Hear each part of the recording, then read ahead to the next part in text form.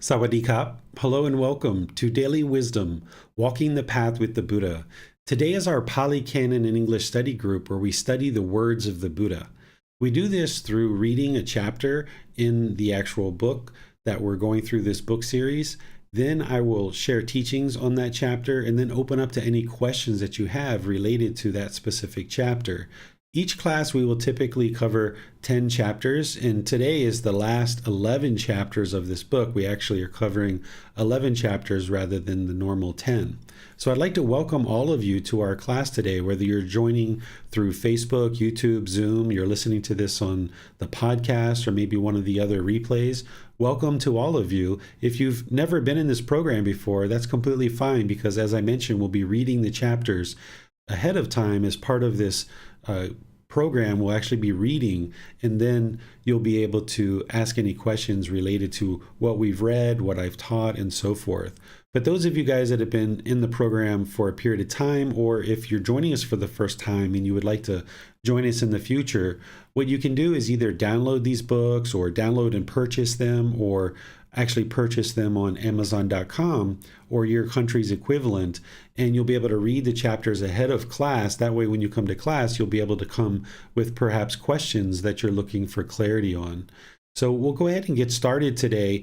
Normally, we do meditation first, and then we ease into the actual teaching part. But since we're covering an extra chapter that we normally wouldn't cover, and these chapters, some of them are a little bit longer, I thought we would skip the meditation today and just go right into actually learning, and that'll provide us enough time to be able to read the chapters, to teach whatever teachings related to that chapter, and then open up to any questions that you guys might have. So what I do is I just turn the class over to all of you, specifically our moderators. Our moderator today is Miranda. She's going to be looking at YouTube, Facebook, and Zoom all by herself, as well as guiding the reading. So we'll just kind of go through the class and take our time to ensure that we're able to cover all the questions that you guys might send in through Facebook, YouTube, or Zoom. You would just put those into the comment section. Miranda will see that and be sure that your question gets read during the class. Or if you're in Zoom, you can electronically raise your hand and ask any questions or follow-up questions directly. So I'm just going to go ahead and switch over to be able to display the chapters and allow Miranda to take it from here.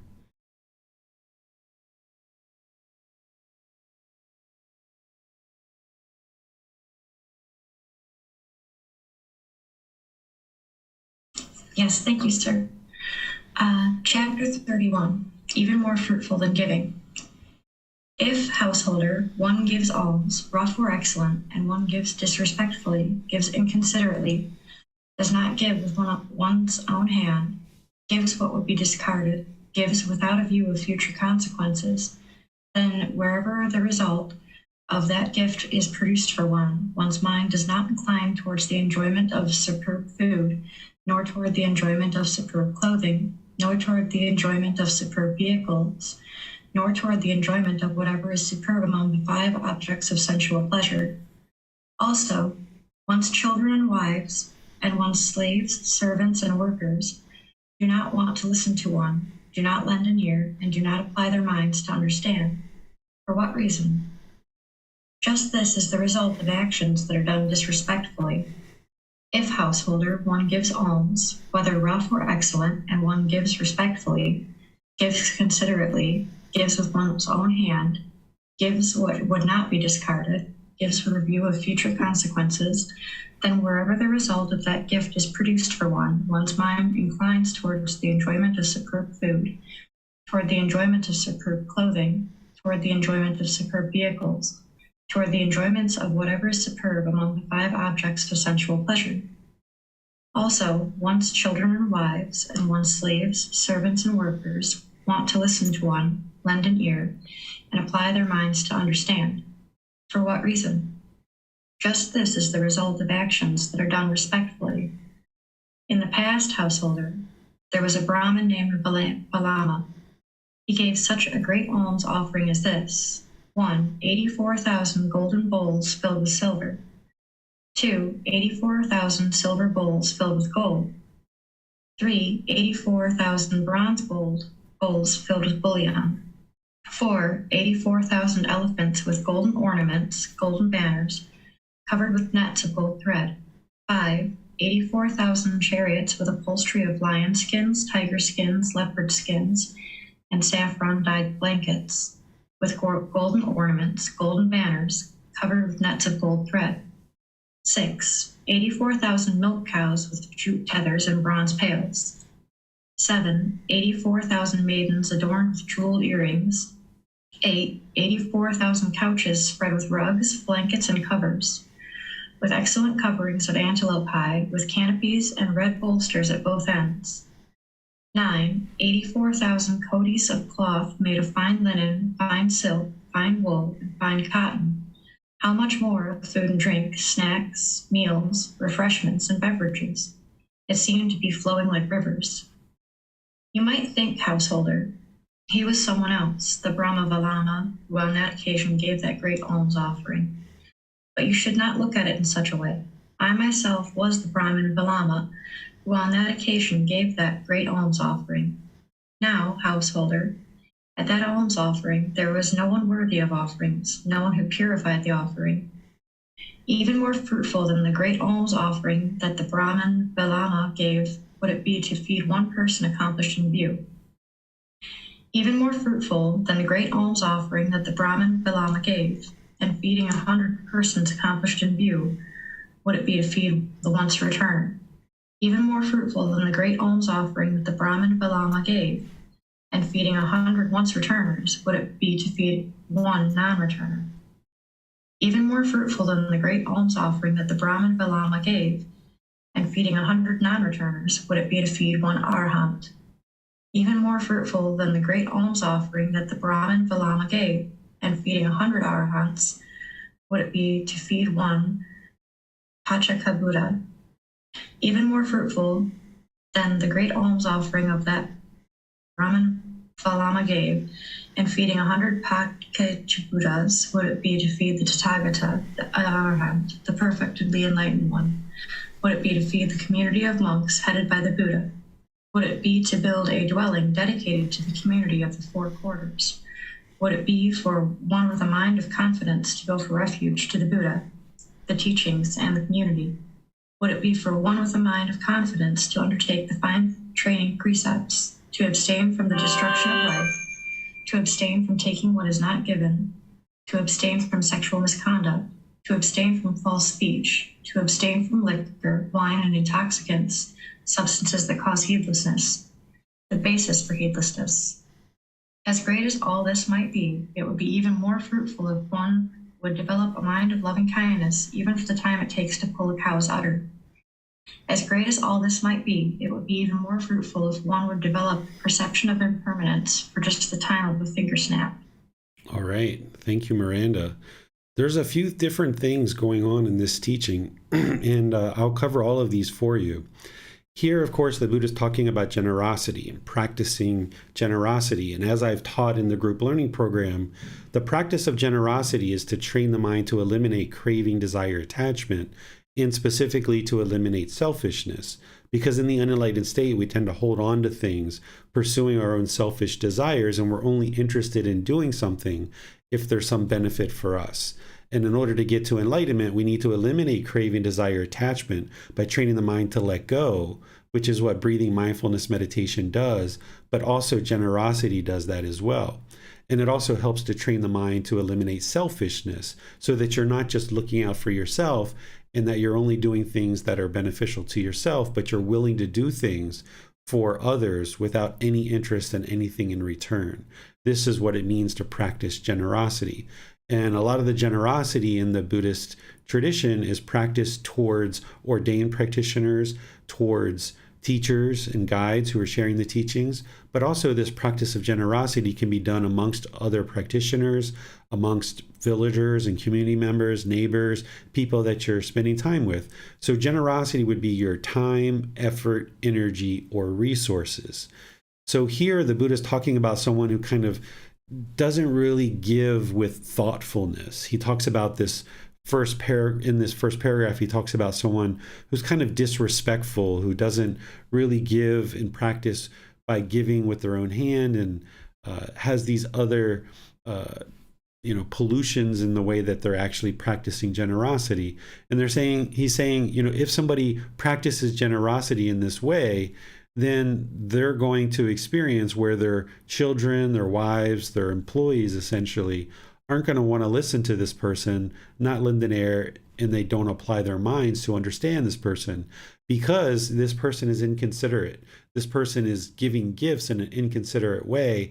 And it's not just that they're giving gifts in an inconsiderate way, but in other parts of their life, they're also inconsiderate. So they would be treating their children, their life partners, their wives, their employees in ways that are inconsiderate. And therefore, the natural law of Gama is that because this person is being inconsiderate, then people aren't going to be interested in being involved with this person and creating benefit for them. So that's what he's saying in the first part of this.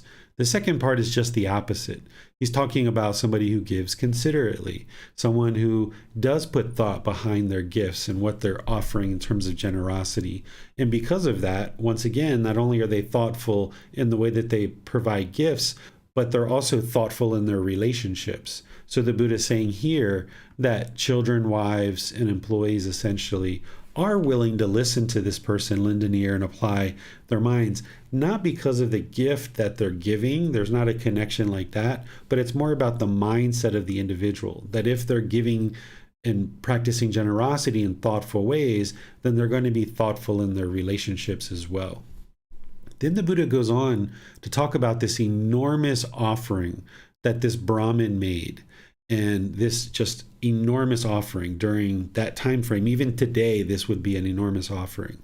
84,000 golden bowls of silver and 84,000 silver bowls of gold. And you heard Miranda read through all these different things. This is just an enormous, enormous offering. And then the Buddha says, he was the person who made this offering. And it was an offering that he made in a past life, of course, because he's saying that in that past life, he was this Brahmin that made this particular offering.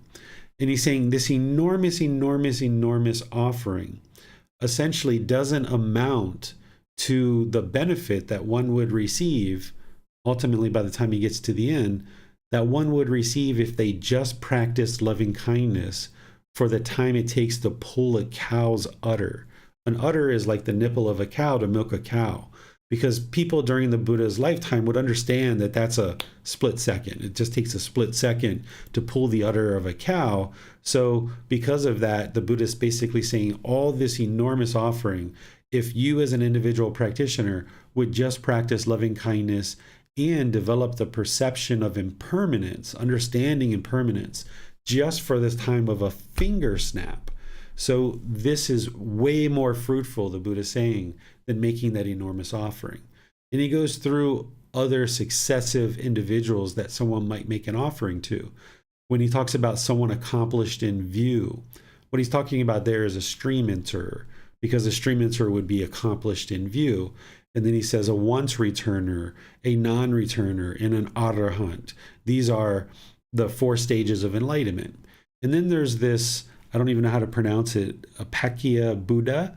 This is someone who attains enlightenment on their own, but then when they're a self-awakened, they don't actually share the teachings that they actually came to awakening.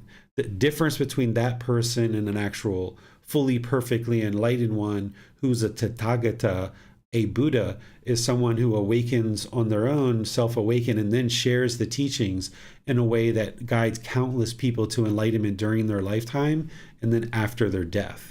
So there's this other type of Buddha, which I've never encountered. I've never heard of one. I've never met one. So I don't know that this type of person exists today.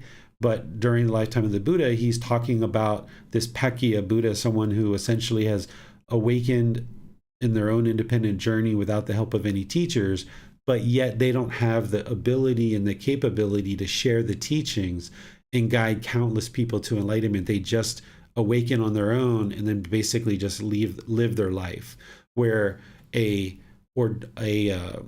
fully perfectly enlightened one, a Tathagata Gotama Buddha, he awoken on his own, but yet then he dedicated the rest of his life to sharing the teachings, and he had the capability to share the teachings in a way that he guided countless people to enlightenment during his lifetime. And his teachings were preserved in a way that after his death, they continued to help people get to enlightenment.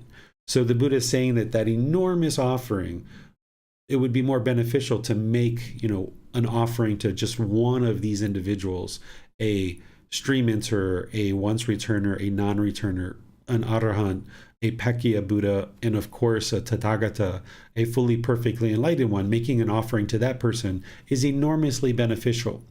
And where the benefit comes in is not that there's going to be this mystical, magical thing that happens that when you give an offering that magically you're going to become wealthy and rich. That's not how this works. What the Buddha is actually pointing to here is that in order for you to make an offering to a Buddha, or for you to make an offering to an arahant, a enlightened being, you're going to need to come in contact with that person and make that offering, which means you get to ask that person questions to improve your understanding of these teachings, to gain more wisdom in order to allow you to get more and more liberated on the path. So there's no mystical, magical thing here that when you make an offering, poof, a genie comes out and says, what's your wish? How can I help you? It's more about you coming in contact with these different beings who have increasingly higher and higher degrees of wisdom. And by you accomplishing that, where you're making an offering to a stream enterer, a once returner, a non-returner, an arahant, a Pakya Buddha, or an actual perfectly enlightened one-day Buddha, this is where now you have the opportunity to gain insight and wisdom about these teachings so that you can get further liberated in your own mind. That's the benefit that you're actually experiencing. And of course, you're getting the benefit of practicing generosity and eliminating craving, desire, attachment, and eliminating selfishness. But the Buddha is saying all of that is not as fruitful as being able to practice loving kindness and develop the perception of impermanence, because that's what's going to eliminate craving, desire, attachment, developing the perception of impermanence, and developing a mind of loving kindness is going to eliminate anger, hatred, and ill will. That's that second poison out of the three poisons of craving, anger, and ignorance. This is what keeps an unenlightened being in the unenlightened state.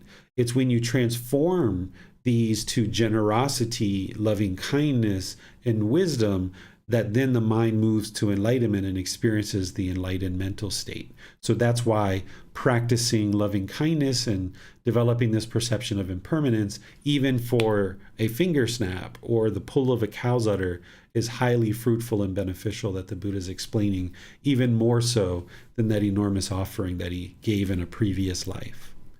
What questions do you guys have on this chapter?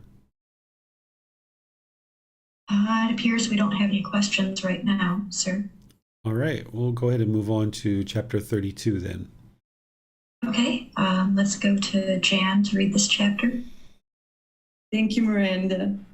A great gift. Monks, here a noble disciple, having abandoned the destruction of life, abstains from the destruction of life.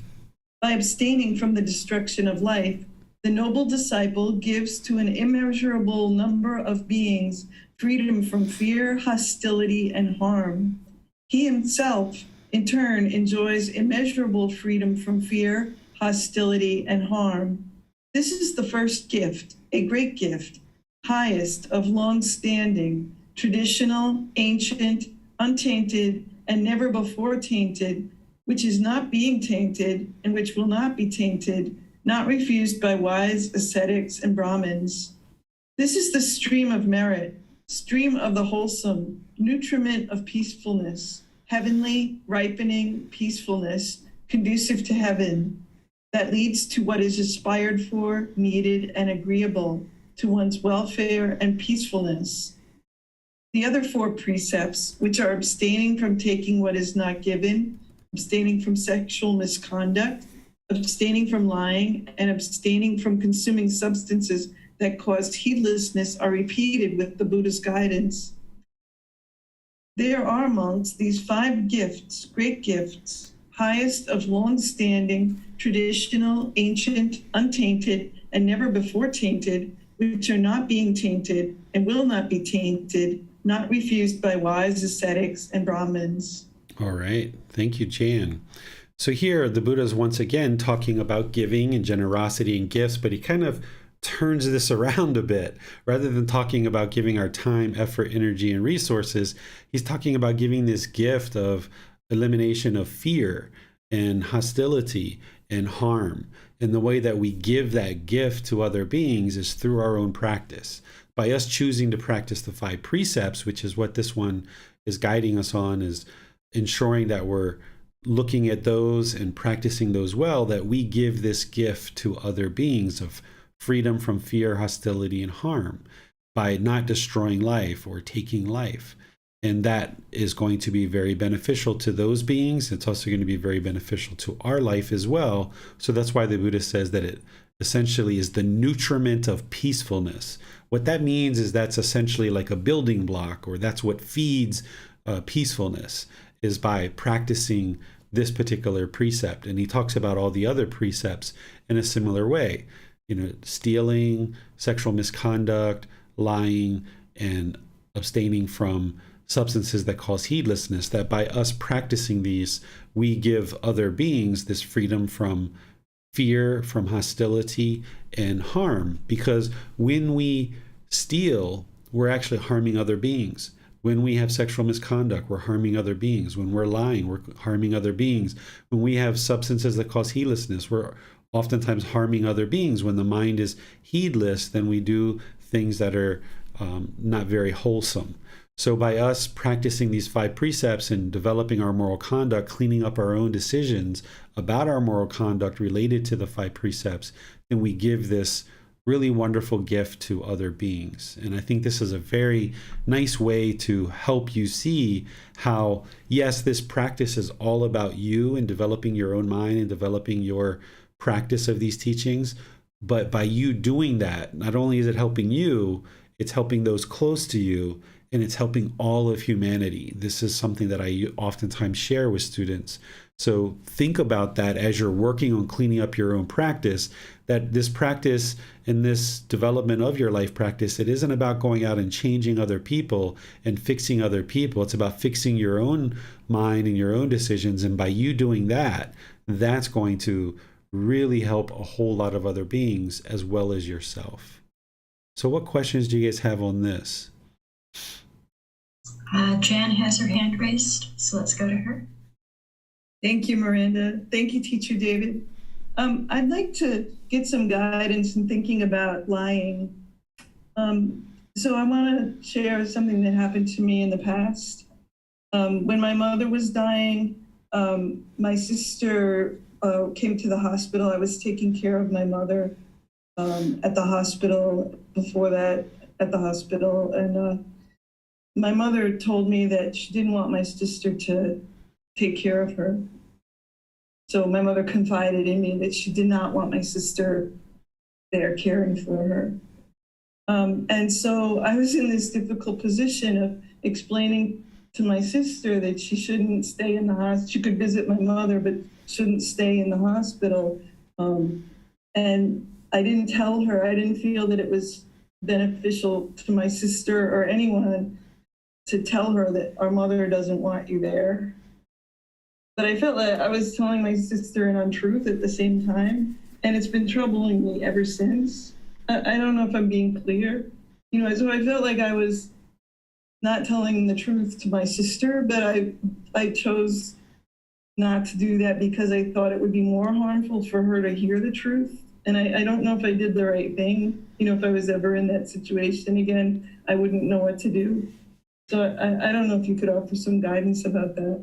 Sure. Every situation's different, and you have to kind of evaluate what's going on at the time and make the best decision for the situation. But as long as you didn't say an overt lie, like if she said, why is it that I can't be at the hospital? And you said, oh, because the doctor doesn't want you here. Right? That would be an overt lie. That would be what a lie is. But if you just left that information out and just said, sister, I would like for you to not be here. It's probably best that you stay at home, or however you handled that, then you weren't actually lying. You were just choosing to address the situation through language that would be wholesome and helpful and beneficial.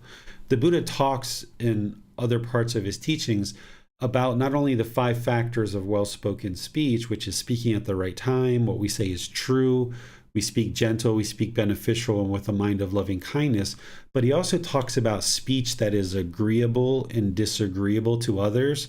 This is a teaching that you haven't probably seen yet, Jan, because it's in, I think it's volume 3. And if you would like to see it, I'll look it up for you, and you can get it after class. Just send me a message. But he deepens his understanding, or he deepens his teaching about the right speech, that it's not only these 5 factors of well-spoken speech, but it's knowing essentially what kind of speech and what kind of information is going to be disagreeable to someone else. And he says in these situations, he doesn't speak it, or he knows the right time to speak it. So that would probably be really helpful for you to see that level of detail about speech, because as long as you weren't telling an overt lie, then you were just addressing the situation through language that would be agreeable and acceptable to this other being, because you have compassion for this other being, and you have compassion for your mom. You weren't interested in a conflict at her end of life. Then it sounds like everything was just fine, but I think it would probably help you to explore this other teaching. If you'd like to send me a little message, I'll look it up and be sure you get access to it. Yeah, thank you. I'll do that after class. That is helpful. What I said to my sister is, you've had a long trip, you're tired, why don't you go home and rest and come back in the morning, and we can spend the day with our mom. So, but my sister is still mad at me about this. My sister feels that I didn't let her spend time with our mother, and I feel uncomfortable about it. Did your mom die in the meantime and she wasn't able to spend time with? No. This happened about a week before she died. And did your sister ultimately get to spend some time with your mother before death? She did. Okay, so it all worked out regardless. So this is just your sister holding on to her own craving and clinging, because she ultimately got to spend time with your mom prior to death. So you weren't standing in the way. You know that. You spoke what you spoke. You can't control whether another person gets angry about things that happen in their life because they're causing their own anger. You were doing what you felt was best based on your mom's communication to you, and based on what you just said that you shared, that you traveled a long way. I think you should go home and get some rest. I think that's an excellent way to handle a situation like this, where you're not allowing the confrontation to explode into a problem. And this fits perfectly with right speech. Any kind of anger or hostility that your sister's holding on to, that's her practice, and that's her craving and clinging, that you're not responsible for that. Thank you. That's very helpful. Yeah, there's no harm in saying to somebody, you drove a long way. I think you should go home and get some rest. Because she always had the option to say, no, I would like to go see mom. And then at that point, you'd be like, okay, well, there you go. You can't stop another adult human being from going in to see their mom in the hospital. So she had that option to say that. So what you said was a statement of loving kindness and compassion, and however she took that is up to her, and the way that she's choosing to hold on to that in her own mind. So I don't see any issues with that whatsoever.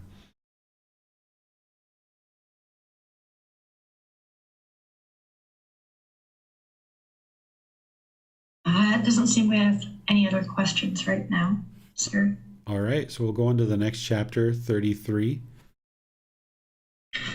To be reborn graceful, rich, and influential. Malika, some woman is not prone to anger or often intense frustration. Even if she is criticized a lot, she does not lose her temper and become irritated, hostile, and stubborn. She does not display anger, hatred, and bitterness. And she gives things to ascetics and Brahmins, food and drink, clothing and vehicles, garlands, scents, and ointments, bedding, dwellings, and lighting. And she is without jealousy, one who does not have jealousy, resent, or feel bitter about the gain, honor, respect, admiration, appreciation, and gratitude given to others. When she passes away from that state, if she comes back to this world, wherever she is reborn, she is beautiful, attractive, and graceful, possessing supreme beauty of complexion, rich, with great wealth and property, and influential. All right. The Buddha here is essentially giving us qualities of practice that are very helpful for our practice.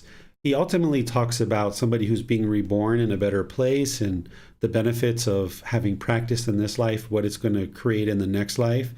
Remember to never look at the Buddha's teachings in isolation, because the goal isn't to be reborn. The goal is to attain enlightenment and escape the whole cycle of rebirth. But of course, if somebody doesn't get to that goal and they fall short, then the next question is, well, what happens? Well, of course, we're reborn. And then when we're reborn, we are reborn into a certain realm or certain situation based on decisions we made in this life. So the Buddha here is talking about someone who isn't prone to anger, isn't often intensely frustrated. Even when someone is criticized, she doesn't lose her temper and become irritated, hostile, and stubborn. She doesn't display anger, hatred, and bitterness. These are all things that you can look at and be like, okay, that's what I would like to work on. Of course, you're not necessarily interested in doing this out of a desire to be reborn in a heavenly realm or a better condition in a next human birth. You're interested in getting to liberation. But the same teachings that lead to liberation, falling short of that, leads to an improved rebirth if we are reborn in a future life. So the way that I suggest that you look at teachings like this is not that you're necessarily aspiring for a particular rebirth to be beautiful, attractive, graceful, possessing supreme beauty of complexion, rich, and of great wealth and property and influential. That's not what you're necessarily aspiring for, or it shouldn't be. It should be that you're looking to attain enlightenment. And how do you do that? Well, the Buddha gives that throughout his entire path. And in this particular discourse, he's talking about the certain mental qualities, but then he's also talking about certain gifts, that by giving gifts, that this actually improves our ability to have a better rebirth, but also it leads to enlightenment in this life. It's not that you give a gift and you're going to get enlightenment. It's that by practicing generosity, you work on eliminating craving, desire, attachment. And that's what ultimately leads to the diminishing of discontentedness and the attainment of enlightenment, is the diminishing and elimination of craving, desire, attachment. There's also teachings here where the Buddha talks about somebody without jealousy. The antidote to jealousy is sympathetic joy. This is part of the Brahma Viharas that we talk about in the group learning program. If a mind has jealousy, then there's craving, desire, attachment there. That's what's producing it. Of course, the antidote is to eliminate the craving, desire, attachment, and then you arise this sympathetic joy where you have joy for others' success, even if you didn't contribute to it. So the Buddha is talking about that here, that if somebody else is having gain, honor, respect, admiration, appreciation, and gratitude to others, that you don't have jealousy or resentment or feel bitter about other people receiving this respect and admiration. That's really important. And as I mentioned, here the Buddha finishes out with talking about rebirth into the human realm and coming back to be beautiful, attractive, graceful, all these other qualities. That is what would happen if you needed to be reborn and you were practicing these qualities of mind that he shared, but that's not what you're interested in. You're not interested in, or shouldn't be interested in, rebirth. You should be interested in getting to Arahant, full liberation of mind, where there's no discontentedness whatsoever. And in order to accomplish that, it would require, among other things, the same exact qualities that the Buddha is talking about here. Not being prone to anger and frustration, so forth and so on, providing gifts to aesthetics and Brahmin, and then also not having jealousy when others are having admiration and respect. Questions on this chapter? There doesn't appear to be any questions at this time, sir. All right. So we'll go to chapter 34. Okay, let's go to Jan to read chapter 34. Thank you, Miranda. One who respectfully gives timely food. Monks, when a donor gives food, he gives the recipients four things. What for? He gives life, beauty, peacefulness, and strength. Having given life, he receives of life, whether heavenly or human. Having given beauty, he receives of beauty, whether heavenly or human. Having given peacefulness, he receives of peacefulness, whether heavenly or human. Having given strength, he receives of strength, whether heavenly or human. Monks, when a donor gives food, he gives the recipients these four things. One who respectfully gives timely food to those mentally disciplined ones who eat what others give, provides them with four things: life, beauty, peacefulness, and strength. The man who gives life and beauty, who gives peacefulness and strength, will obtain long life and fame wherever he is reborn. All right. Thank you, Jan. So here the Buddha is talking about this natural law of karma. That's what he's always talking about, essentially, when you see his teachings. It's always this cause and effect, or this action and result, the results of our decisions. And here, once again, he's talking about generosity and giving food, providing this, of course, to ordained practitioners, ascetics, Brahmin, people who are sharing these teachings into the world, explaining how through your offering of food, you're giving life, beauty, peacefulness, and strength. And that because of that, that's what you receive in either the heavenly realm or in this human realm as a result of you giving these gifts. And here it's interesting to note that the Buddha talks here, one who respectfully gives, right? It's not just, here you go, take some food. The Buddha's always qualifying the way that we give, is doing that respectfully. And he's also qualifying who we actually give to. That if you can imagine, during the lifetime of the Buddha, there were just thousands and thousands of ordained practitioners, as there are today. And he never taught to just give without thought. He always taught to use discernment or wise decision making. Because when we give to mentally disciplined ones, these are teachers and people who are sharing these teachings into the world where their mind is restrained, they have deep wisdom, they're practicing the teachings. By making offerings to these people, we ensure that their practice continues and they're able to bring the teachings into the world more and more. Whereas if we are giving gifts to people who are maybe sharing these teachings, either as an ordained practitioner or household practitioner, and they're into unwholesome things, then we're supporting that through our offering.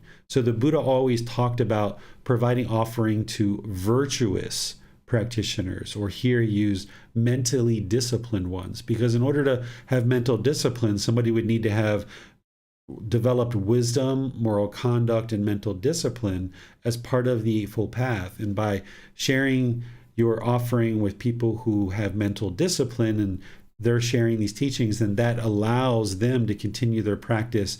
These teachings come into the world more and more practitioners can learn these teachings, and now that individual, those close to them, and all of humanity just gradually improves as one person's mind decide to practice, and they become more and more liberated as part of that.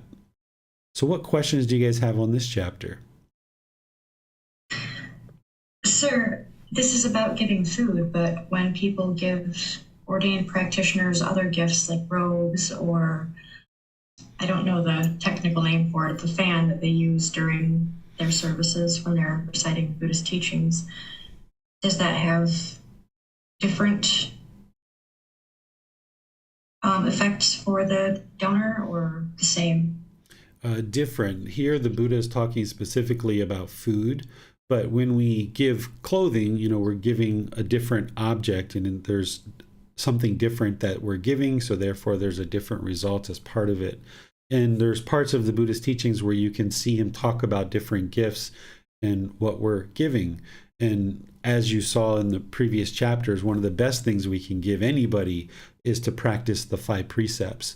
But here, also giving food and other gifts, we're also giving certain things to an individual that allows them to continue their practice. Because anybody who's sharing these teachings into the world should just be living a basic life. They shouldn't be, driving an expensive car, wearing expensive jewelry, wearing expensive clothes.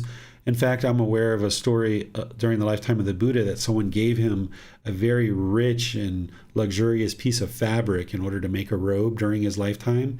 And he handed it off to one of the ordained practitioners and told him to go shred it into shreds and then sew it back together and make a robe out of it for somebody else, because he wasn't interested in wearing this luxurious fabric that was given to him, that he had them rip it up and sew it back together. Of course, he gracefully accepted the offering, and then later was when he asked this to be done. So there's various offerings and various benefits associated with those offerings, and the people who are receiving these offerings should be living a very basic life, just based on the things that we need to sustain our life, which is food, water, clothing, shelter, and medical care. These are the only 5 things essentially that we need to sustain our life, and that's what a practitioner who's sharing these teachings would need in order to continue to share the teachings, because it's a more than full-time job to share these teachings into the world. And people who have stepped away from any kind of aspirations for a career, they are more than willing to share these teachings into the world, but they still need to be supported in some way. So they give the teachings as part of their generosity, and then their students will support them with various offerings. And during the lifetime of the Buddha, it was mainly, food, water, clothing, shelter, and medical care. That's all that was really given. He wouldn't allow people to have money and wealth during his lifetime because they didn't really need it. Nowadays, we do offer to teachers and ordained practitioners a bit of money because it just makes it easier for them because of transportation, getting on buses or planes, or if they need to purchase some incidental things, they have a little bit of money to take care of those things. Where during the Buddha's lifetime, buses and planes and things like that didn't exist. They just went everywhere walking. So they just needed the basic supplies to sustain their life. Thank you, sir. It appears there are no more questions at this time. All right, we'll go on to chapter 35. The entire holy life is wholesome friendship, wholesome companionship, wholesome comradeship. And how, Ananda, does a monk who has a wholesome friend, a wholesome companion, a wholesome comrade, develop and cultivate the Noble Eightfold Path? Here, Ananda, a monk develops right view, which is based upon seclusion, freedom from strong feelings, and elimination, maturing and release. He develops right intention, right speech, right action, right livelihood, right effort, right mindfulness, right concentration, which is based upon seclusion, freedom from strong feelings, and elimination, maturing and release. It is in this way, Ananda, that a monk who has a wholesome friend, a wholesome companion, a wholesome comrade, develops and cultivates the Noble Eightfold Path. By the following method, too, Ananda, it may be understood how the entire holy life is wholesome friendship, wholesome companionship, wholesome comradeship, by relying upon me as a wholesome friend. Ananda, beings subject to birth are freed from birth. Beings subject to aging are freed from aging. Beings subject to illness are freed from illness. Beings subject to death are freed from death. Beings subject to sorrow, grief, pain, displeasure, and despair are freed from sorrow, grief, pain, displeasure, and despair. By this method, Ananda, it may be understood how the entire holy life is wholesome friendship, wholesome companionship, wholesome comradeship. All right. Thank you, Miranda. This is a really important teaching to understand, because as we go through life and we make decisions about who to involve in our life, having people that are into wholesome things is going to ensure that you're moving in the direction of wholesomeness. Whereas if we hold on to relationships of the past, that there's a lot of darkness, a lot of unwholesomeness, then it's going to drag us into that, because our mind's going to have a tendency to lean in that direction. And oftentimes what we need to do is we need to let go of relationships that we may have had in the past in order to move on. It doesn't mean that we're judging those people, we're looking down on those people, or anything like that, but it's all about wise decision making. And when we observe the relationships that we have, what the Buddha is explaining is that by having wholesome friends and wholesome associates, that this is going to help you to develop the Eightfold Path, because it will be more, you'll be more readily able to develop these teachings and practice these teachings when you're around people who are into wholesomeness. Where if you're around people that are into unwholesomeness, then your mind's going to have a tendency to lean in that direction.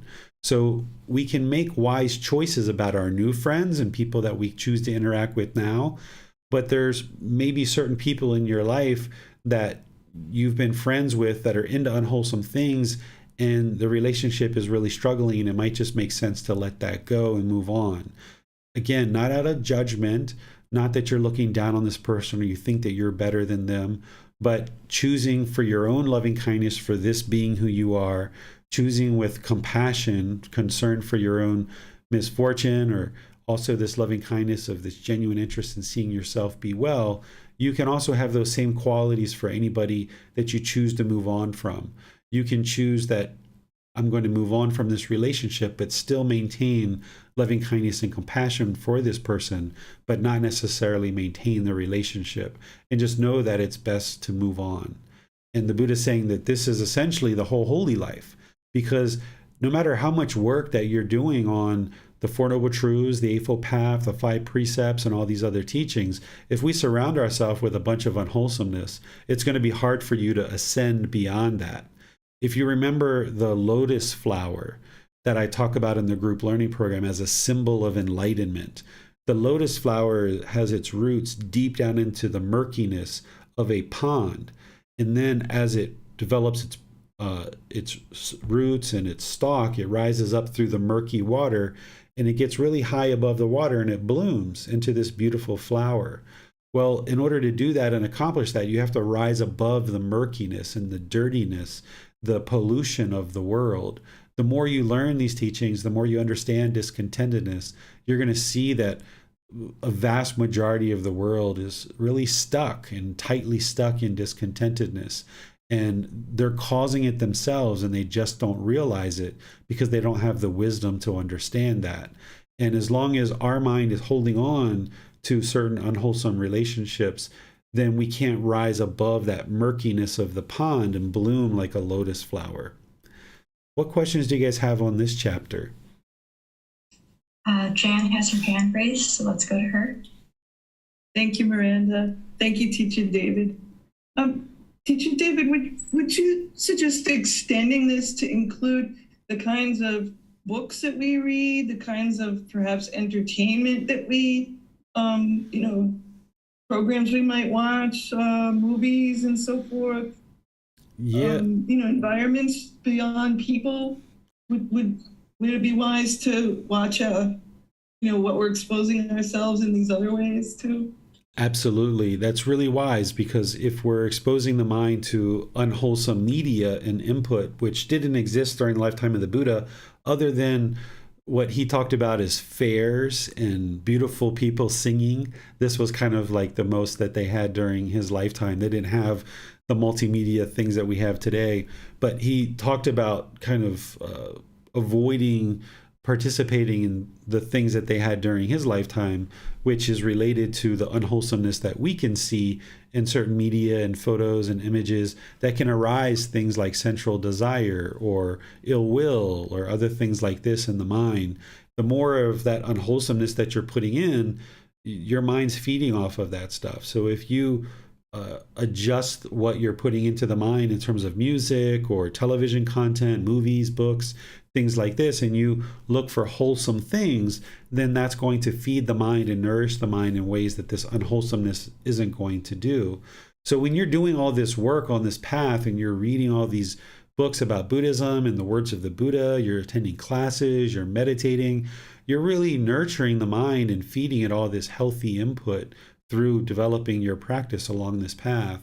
And the more conscious you are about the decisions of media that you put in, the better. And by going through all this work that you're doing in order to get to enlightenment, you will probably naturally get to a point where if you have any unwholesome media that's coming in, that you'll probably purge that from your practice and choose to no longer do that, because on one side, you're putting in all this time, effort, energy, and resources to develop your practice and move towards wholesomeness.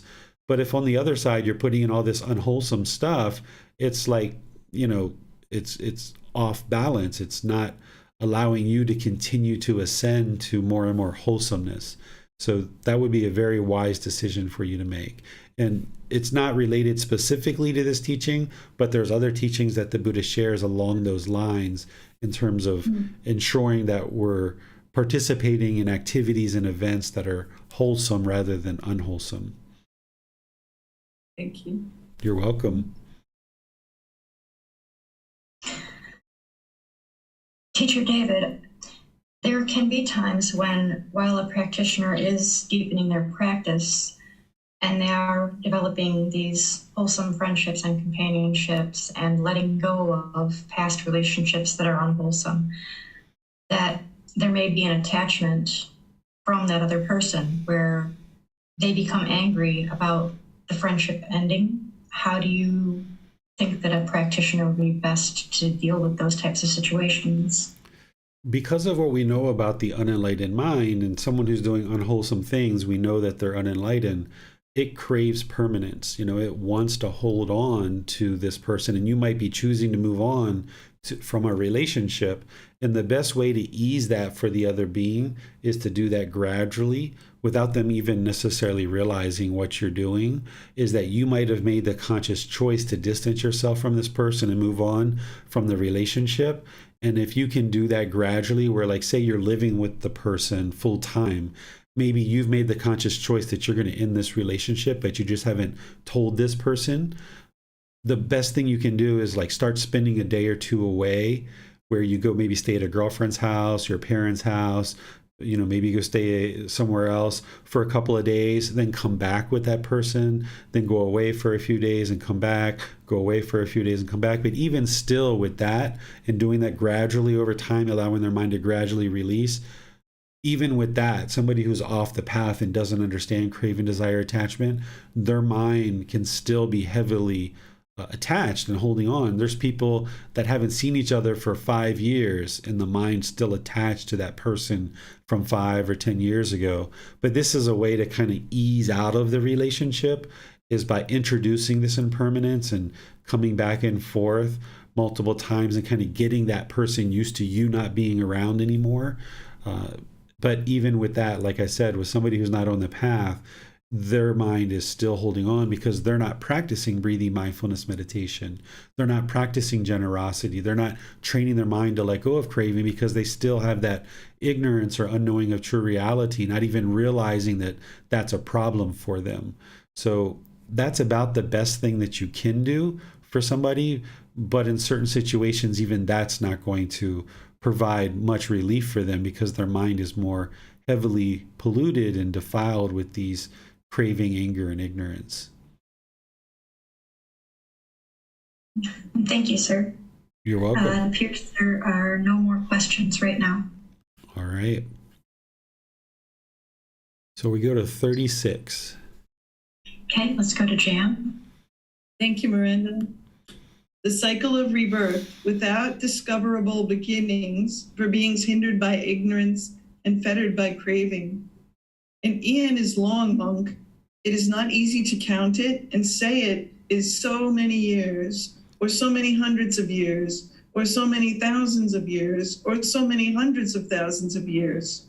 Suppose, monk, there was a great stone mountain, a yojana long, a yojana wide, and a yojana high, without holes or crevices, one solid mass of rock. At the end of every 100 years, a man would stroke it once with a piece of Cassian cloth. That great stone mountain might by this effort be worn away and eliminated, but the eon would still not have come to an end, so long as an eon, monk. And of eons of such length, we have wandered through so many eons, so many hundreds of eons, so many thousands of eons, so many hundreds of thousands of eons. For what reason? Because, monk, this cycle of rebirth is without discoverable beginning. A first point is not discerned of beings roaming and wandering unhindered by ignorance, unknowing of true reality, and fettered by craving. It is enough to experience fading away of strong feelings towards all conditions, enough to become free from strong feelings toward them, enough to be liberated from them. All right. Thank you, Jan. Here, the Buddha is talking about the cycle of rebirth and being able to discover when it started, because this is a common question that people oftentimes ask, like, when did the beginning of the world start? Or when did the beginning of the cycle of rebirth start? And the Buddha is saying it's undiscoverable. You can't discover when things actually started because it's so long, and to be able to go back and actually discover the beginning of the world or the beginning of this cycle of rebirth is undiscoverable. And he gives this analogy of this mountain and wearing it away with a piece of fabric, swiping it once every 100 years. And he's saying, after you get down essentially 12 to 15 kilometers of wearing that away, the eon would still be going on. And he talks about how we've been roaming and wandering in this cycle of rebirth for many eons. And if you think about what we know about the world right now, the best estimate of scientists is that this planet is about 4.5 billion years old. Now, we think about Gautama Buddha's life. He lived 2,500 years ago, and we think that that's just an enormous amount of time ago because here we are living this life of about 80 to 100 years, and we just feel like, wow, this is such a long time. So 2,500 years ago was surely an enormous amount of time. Well, think about 4.5 billion years, not million, but billion. That's just an enormous amount. And that's just the best estimate based on current research and current understanding. So when the Buddha is teaching here about these long eons, which he didn't know about the modern scientific research that we're doing today, he had knowledge well beyond anybody at that time, because what he's describing is what scientists have confirmed for us today, that this planet at a minimum goes back to 4.5 billion years. And he's saying that we've all kind of roamed and wandered in this cycle of rebirth, having countless existences over multiple eons, and it would be impossible for us to discover the beginning of this. And he's saying that essentially here, what we should be working towards is the elimination of discontentedness, elimination of these strong feelings, liberating the mind to enlightenment. That's the real goal of any being that is on this path, is to get to enlightenment where the mind no longer experiences discontent feelings and it's permanently peaceful, calm, serene, and content with joy. Because who wants to continue in this continuous cycles of rebirth? While there's certain enjoyable things about life, we've all experienced a certain amount of misery and grief and despair and displeasure. And that can be motivation for you to say, I'm not interested in coming back to this place ever again. But yet you've been doing that. We've all been doing that multiple times, countless times over these multiple eons. Now in this human birth, and now that you're understanding the Buddhist teachings, you have a real opportunity to get to complete liberation and stop this whole cycle of rebirth, so that you won't experience these strong feelings for the rest of this life, but also there won't be rebirth for any future lives either. Questions on this chapter? Yes, sir. Even if science is able to eventually pinpoint exactly how old Earth is and when biological life began on Earth, when the Buddha has talked about the contracting and expanding the cosmos before, and about celestial beings and formless realms, I think it's DM 27, where he said that either all or most of the beings were formless beings. Does that mean that even if we eventually know when physical life began on Earth, that the cycle of rebirth could have been going on before that? Yes, he's saying that it's undiscoverable. In fact, not only is he saying it's undiscoverable, the way that I also practice this is, why even concern ourselves with it? Because even if we found out that it was the cycle of rebirth, or the earth was exactly a pinpointed time, okay, that's nice information. But yet now the mind is still discontent. The goal is to get to elimination of discontentedness. So yes, I agree with what you're saying, is that it's the cycle of rebirth could have started long before the beginning of the planet. The beginning of this planet doesn't necessarily mean the beginning of the cycle of rebirth. Those things aren't necessarily connected. But also you can take that a step further and say, even if we did find out the exact date of when any of these things occurred, it really doesn't lead to any type of ability for you to eliminate discontentedness and get further liberated. So when the Buddha says this, that the cycle of rebirth is undiscoverable, what this did for me was, all right, stop worrying about that stuff. Stop even thinking about that stuff, because oftentimes we put a lot of effort and energy behind trying to understand the past or thinking about the future, that the mind isn't in the present moment working on eliminating discontentedness now. So when the Buddha is sharing that the cycle of rebirth is undiscoverable, that means you can leave all of that to the side, because it isn't really needed in order to get to liberation and the elimination of discontentedness. Absolutely. Thank you, sir. You're welcome. It does not appear that there are any more questions right now. All right. Chapter 37. The stream of shed tears in this cycle of rebirth is more than the water in the four great oceans. Good, good, monks. It is good that you understand the teachings taught by me in such a way. The stream of tears that you have shed as you roamed and wandered through this long course, weeping and wailing because of being united with the disagreeable and separated from the agreeable, this alone is more than the water in the four great oceans.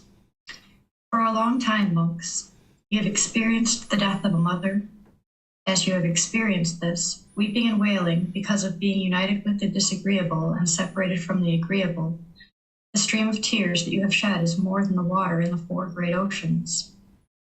For a long time, monks, you have experienced the death of a father, the death of a brother, the death of a sister, the death of a son, the death of a daughter, the loss of relatives, the loss of wealth, loss through illness. As you have experienced this, weeping and wailing because of being united with the disagreeable and separated from the agreeable, the stream of tears that you have shed is more than the water in the four great oceans. For what reason?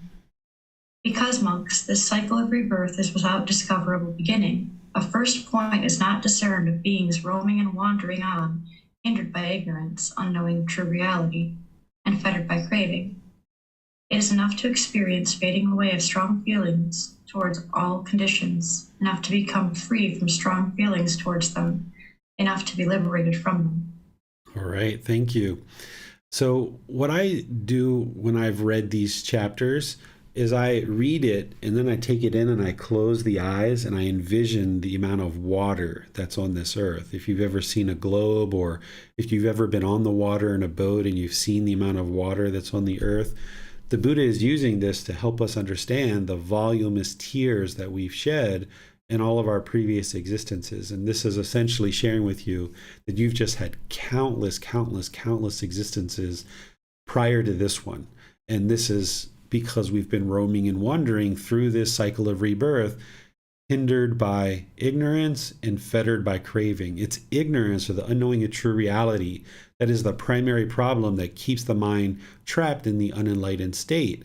And it's that acquiring of wisdom and the independent verification of the teachings of the Buddha that allows you to acquire that wisdom, that helps you to antidote or transform that ignorance to wisdom. And now one of the first things that you learn about in terms of gaining wisdom in the path to enlightenment is that it's craving, desire, attachment that's causing the mind to be discontent. So that's why he says, hindered by ignorance and fettered by craving.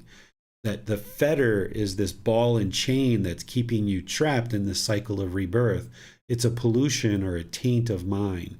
And that's one of the first things that we learn, and that's what's causing the mind to be shaken up and discontent.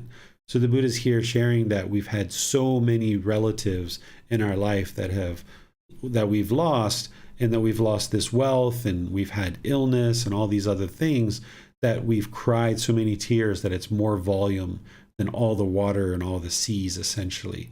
And rather than just read through this and be like, that's an interesting story, I suggest that you just sit with it and close your eyes and just imagine the massive amount of water and that you've cried that many tears as part of all these different existences. And that helps you to see and understand these countless existences that we've had in the past.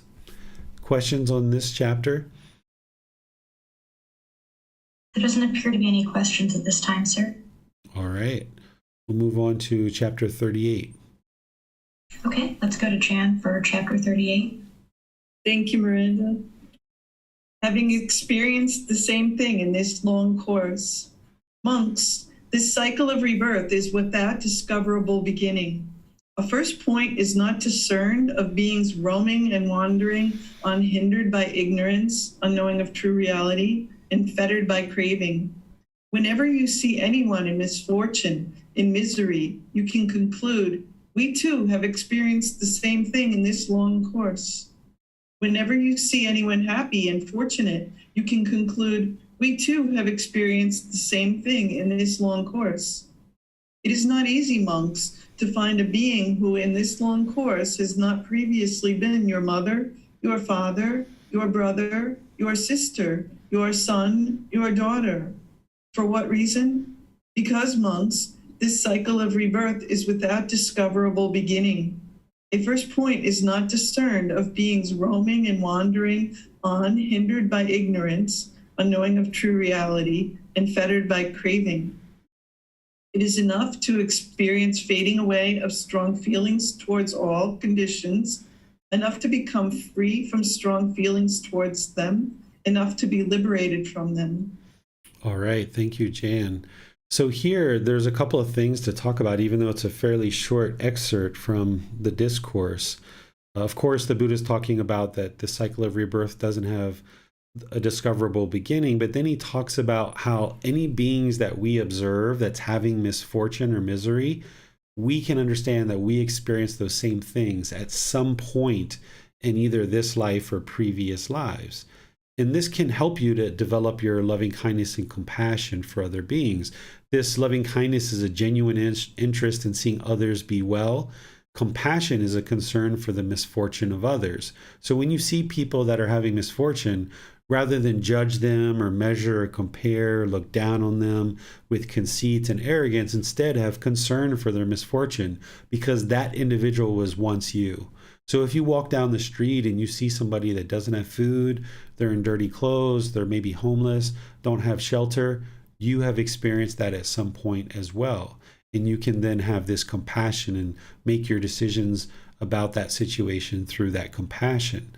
And then likewise, if you see somebody who's happy or fortunate, maybe they're better off than you in terms of their position at work or their amount of wealth or anything like this, you can also conclude that you've experienced that at some point as well. This can help you to eliminate craving, desire, attachment. If you really wish and desire a certain car or a certain house or a certain lifestyle or a certain job, you can just understand that you've already done that at some point in the past, so you can let that go rather than continuing to chase after it, thinking that that's going to actually help you in some way or another. And the next part here, the Buddha is talking about beings that we see and we observe in this life. We can conclude that they have previously been our mother, father, brother, sister, son, or daughter.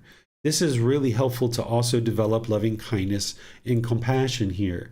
That if you treat other people as if they are one of your relatives, and I don't know necessarily what your relationship is with these various relatives, but if you think about the most wholesome relationship you could have with any of your relatives, and think about that you would like to have that same level of wholesomeness with other people around you. So when you go out to a restaurant and you have a waiter or waitress, a food server helping you, think of them as your mother, father, brother, sister, son, or daughter.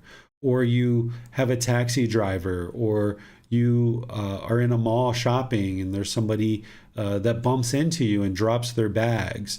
Think of this person as a relative. And then your intention, speech, and actions and the way you choose to practice these teachings can be from a position of everybody in this world is a relative of mine. And it's interesting that here where I live in Chiang Mai, the language and the way that the local people practice is we practice in such a way that we actually refer to each other as brothers, sisters, mothers, fathers, things like this. So when I go outside, I can go into a restaurant and I might be calling the food server my older brother or my younger sister or my mother or my grandmother or my grandfather. Depending on their age, I'm going to use the age appropriate term, and I'm going to talk with that person as if they are my mother or my father. And we do this with everybody that we interact with here in Chiang Mai. And even though it might be strange if you start calling people in your community your mother and father, because that's not how people tend to practice in your area, you can at least think that way when you're interacting with people, that these people are your relatives. And this will promote in your own mind a improved practice of right intention, right speech, and right action as you interact in the world. And then I'd like to share this here with you, even though it was in previous chapters. I would like to just break it down for you a little bit. The Buddha is explaining here, it is enough to experience fading away of strong feelings towards all conditions.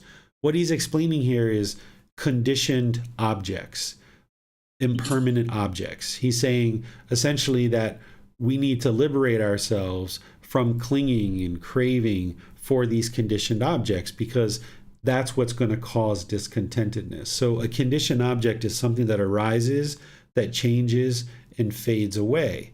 And what happens in the unenlightened mind, because it lacks wisdom, is it doesn't understand the universal truth of impermanence. So it tries to hold on and grasp and cling to all of these conditioned objects around us.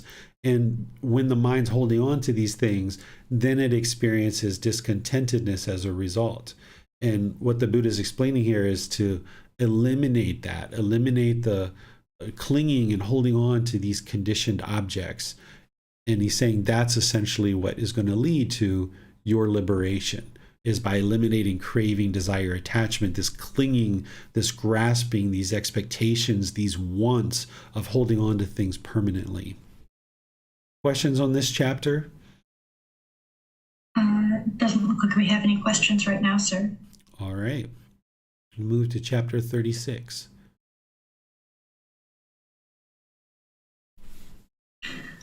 In the agreeable and pleasurable world, this craving arises and establishes itself.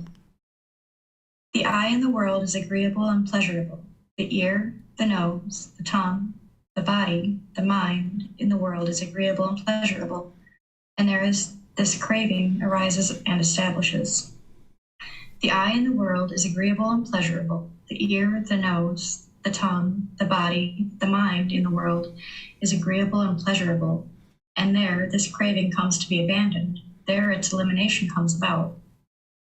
Forms, sounds, odors, flavors, physical objects, mental objects, eye consciousness, ear consciousness, nose consciousness, tongue consciousness, body consciousness, mind consciousness, eye contact, ear contact, nose contact, tongue contact, body contact, mind contact, feeling born of eye contact, ear contact, nose contact, tongue contact, body contact, mind contact, the perception of forms, of sounds, of odors, of flavors, of physical objects, of mental objects, volition, choices, and decisions, in regard to forms, sounds, odors, flavors, physical objects, mental objects, thinking of forms, sounds, flavors, odors, physical objects, mental objects, pondering on forms, sounds, odors, flavors, physical objects, and mental objects, the craving for forms, sounds, odors, flavors, physical objects, mental objects, for each of the above. In the world is agreeable and pleasurable, and there this craving arises and establishes itself. In the world is agreeable and pleasurable, and there this craving comes to be abandoned. There its elimination comes about. All right. Thank you, Miranda. Here, this was chapter 39, and the Buddha is starting to discuss the six sense bases, which is actually the next book that we're going to be moving into, volume 9.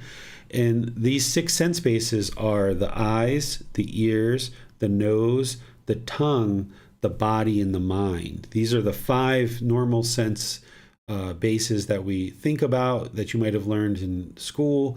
But then there's this 6th one, which is the mind. And this is where the body and the mind are going to essentially have this, well, the mind has this sensual desire, but it's coming from the mind through these sense bases, which is part of the body. And when the mind has these agreeable forms, sounds, odors, flavors, physical objects, and mental objects, it's going to have craving. It's going to long for things from the mind through these sense bases. And what it's craving and what it's looking for to experience pleasant feelings is these 6 things here. So while the eyes, ears, nose, tongue, body, and mind are the 6 sense bases, these are what we call the internal sense bases. The external sense bases are forms, sounds, odors, flavors, physical objects, and mental objects. So the mind is doing this, that it's longing and yearning through these sense bases. When we talk about the Four Noble Truths in the group learning program, we just talk about craving, desire, attachment is what causes discontentedness, because that's what you get started with, is the Four Noble Truths. But the Buddha has this layering effect that he pulls back more and more layers to expose more and more of the path to enlightenment. And here, and also in the next book that we're going to be studying, he's pulling back this layer of sensual desire really deeply for you and starting to expose you to that craving, desire, attachment that he's talking about in the Four Noble Truths, and that causes discontentedness. The deeper understanding is that what the mind is craving, desiring, attaching is it's craving and desiring, attaching these forms, sounds, odors, flavors, physical objects, and mental objects through these sense bases of the eyes, ears, nose, tongue, body, and mind. And the way that this happens is through awareness. When the mind has this contact through the sense bases with any of those external sense bases of forms, sounds, odors, flavors, physical objects, or mental objects, the mind then becomes aware of them. That's what this consciousness is. And that consciousness, awareness, is going to now continue to feed this craving, because the mind starts to make decisions, which the Buddha gets to down here. The mind starts making decisions to start longing and yearning for these things, because the mind starts gradually developing this craving, because it starts making these decisions. It has this thinking, this pondering, and now this craving, this mental longing and yearning starts to get developed in the mind. And then this is where the mind then craves for everything to be agreeable and pleasurable. The mind is uncomfortable when things are disagreeable. When you experience disagreeable contact through these 6 sense bases, that's when painful feelings arise. When you experience agreeable contact through these 6 sense bases, that's when pleasant feelings arise. So because the mind craves for permanent pleasure, it's going to constantly crave for agreeable contact through these 6 sense bases. And then when something disagreeable occurs, that's when the painful feelings comes, that's when the anger comes, that's when the unskillful speech and actions come, and we start causing harm in the world. So the Buddha is starting to discuss this and essentially saying that the goal here is to abandon this, abandon sensual desire, abandon this constant craving for permanent pleasure through craving agreeable and pleasurable forms, sounds, odors, flavors, physical contact with the body, and mental objects. That's how you work towards eliminating sensual desire. It starts with breathing mindfulness meditation and practicing generosity. That's what trains the mind to generally let go of all of the things that it's craving with sensual desire. But then there's also very specific things that you can be doing for certain craving, desire, attachments that you have. So you have this generalized training of breathing mindfulness meditation and generosity that you're practicing on an ongoing daily basis. But then as you're aware of certain cravings that come up in the mind, there's ways to directly address those. And I talk about it in the group learning program through identifying your attachments and then putting a plan in place to actually eliminate them gradually and slowly so that you can get to the elimination of sensual desire. Because you would need to eliminate sensual desire to get to the 3rd stage of enlightenment. and ultimately moving on to the fourth stage. Questions here on this chapter? Yes, sir. Jan has her hand raised, so let's go to her.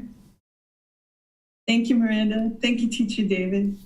It's just a short question. I was reading more about dependent origination, and it seems to me that I'm recognizing a lot of this kind of cycle of dependent origination here. Am I right about that, or am I thinking wrongly about that?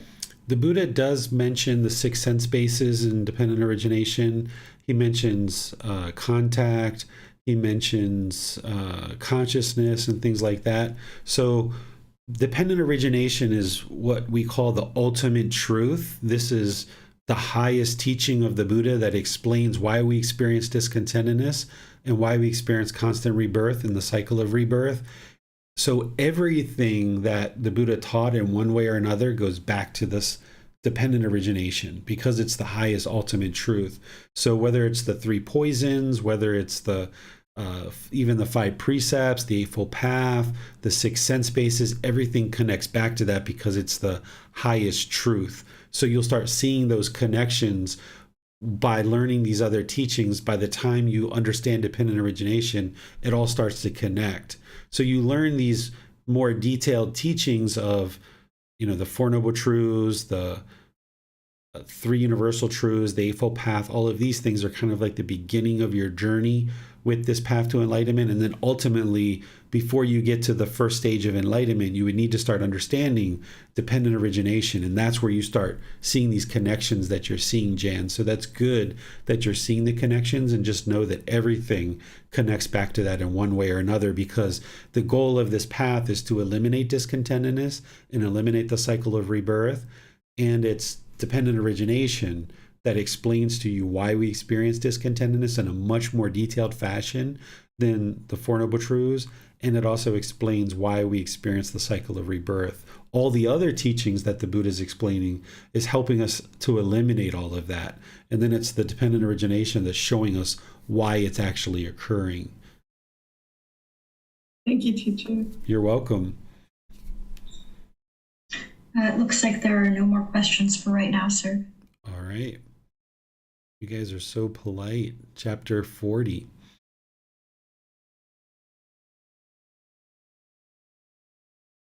Yes, let's go to Jan for chapter 40.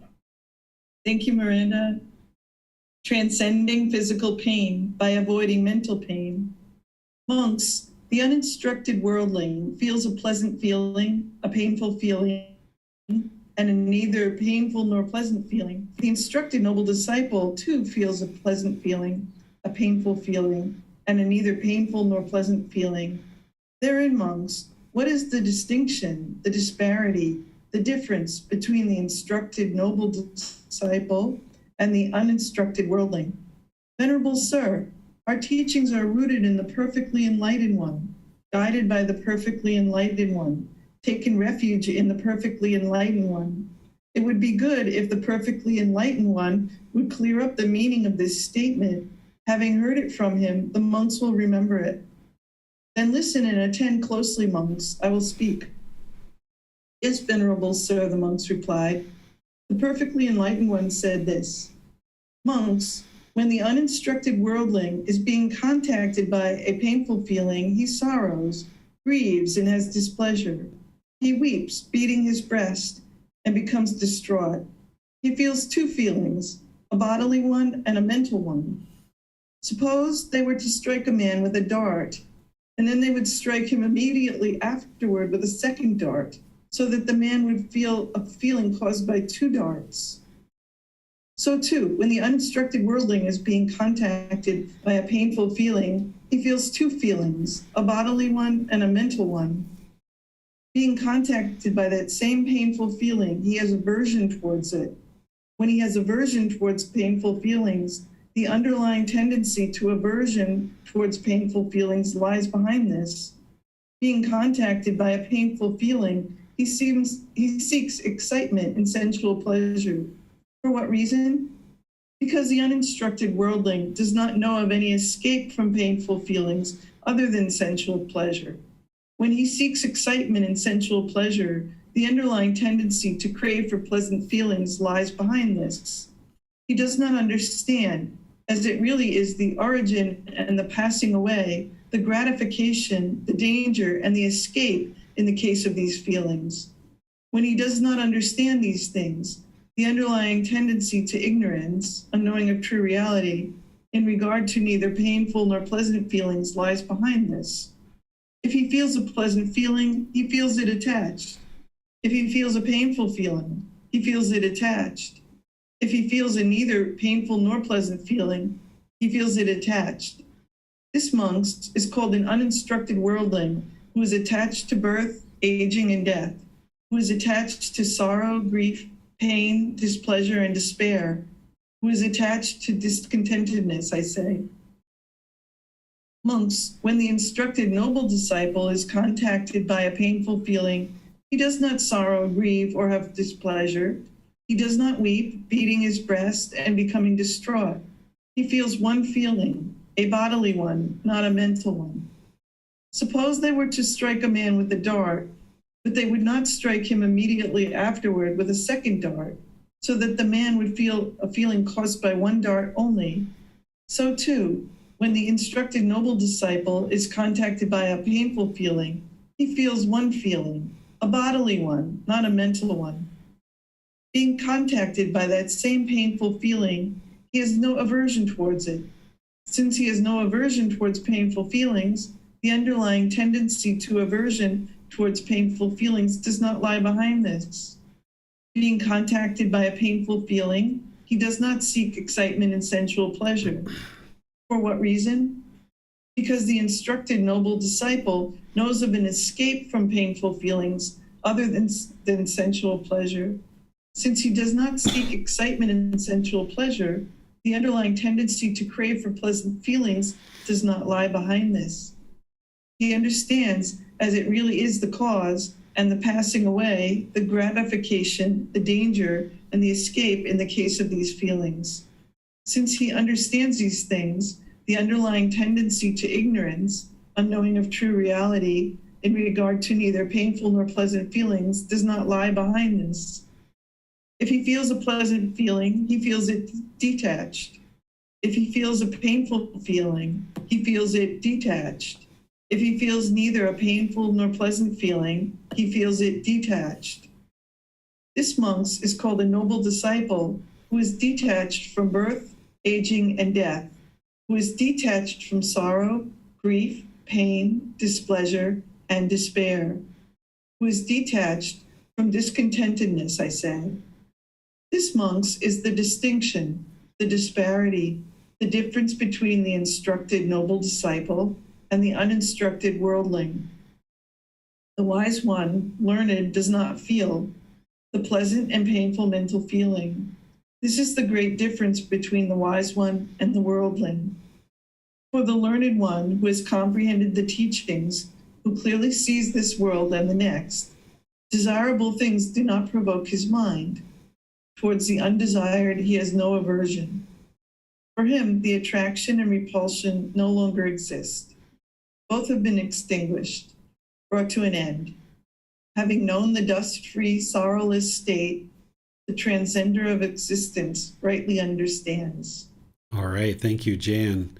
This is a really in-depth chapter that really goes into detail about how to transcend physical pain by avoiding mental pain. But there's some other real takeaways in here that will actually help you get to enlightenment if you understand them. Of course, I've discussed pleasant feelings, painful feelings, and neither painful nor pleasant feelings at multiple times in the group learning program and in this program as well. So you should have an understanding of what those are. Those are conditioned feelings. That's the mind basing its inner feelings on some condition, and there's this pleasant feeling that arises, but that's temporary, like happiness, excitement, elation, thrill, euphoria. Then, because that's temporary, the mind often moves to painful feelings like anger, sadness, frustration, irritation, annoyance, guilt, shame, fear, stress, anxiety. And then there's these neither painful nor pleasant feelings like unsatisfactoriness or displeasure or shyness would be an example of one of those. So what the Buddha is explaining here is that the uninstructed worldling, which means somebody who's not learning his teaching, someone who's attached to the world and holding on to so many things about the world. They're going to experience these pleasant feelings, painful feelings, and feelings that are neither painful nor pleasant. The instructed noble disciple too feels a pleasant feeling, a painful feeling, and neither painful nor pleasant. So this is someone who's under training, but they're not yet enlightened. That's what a noble disciple is, someone who is deeply learning and deeply practicing. So that person's still going to experience this discontentedness that we call it. But they're going to experience it in different ways as it relates to physical pain. And the Buddha explains the reason why here. Essentially, the uninstructed worldling, all they understand is this person who isn't under training, is that when they're experiencing pain and painful feelings, all they know as a way to escape that is to now grasp and crave these pleasant feelings. This is why if somebody's had an argument with their life partner, they will then crave having a beer or whiskey or gambling, or maybe having sexual misconduct outside the relationship, or any number of different things that the mind might crave. There can even be wholesome things that someone might do when you get into an argument. Because when you get into an argument and you're arguing, you will have those painful feelings. And then if you're uninstructed and you don't know what the Buddha is explaining here, you're going to observe that your mind then craves for something. And it can move in the direction of gardening, for example. And then you might want to have this urge to go garden or something like that. But it's still a problem. Even though there's no problem with gardening, the real problem is the craving, desire, attachment, that the mind's longing and yearning for these pleasant feelings.